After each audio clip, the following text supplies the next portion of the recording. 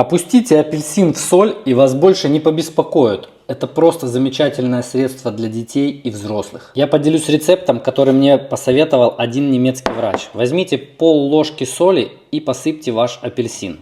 А сверху насыпьте немножко соды. Сверху присыпьте немножко сахаром.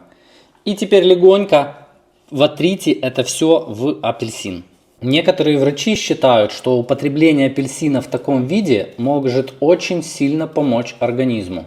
Теперь сверху все притрамбовываем и накрываем шляпкой. Наш апельсин нужно немножко пропарить, заставить стечь весь сок с апельсина. Поставим его на 2 минуты.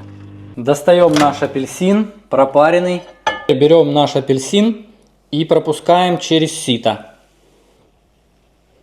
После микроволновки сок выделяется особо легко.